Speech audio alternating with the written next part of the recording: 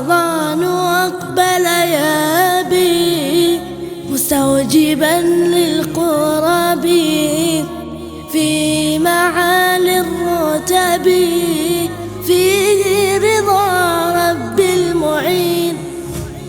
يا مرحبا ابن الأبر أخبرتنا خير الخبر عن شهر صوم وسور وشهر نور المسلمين.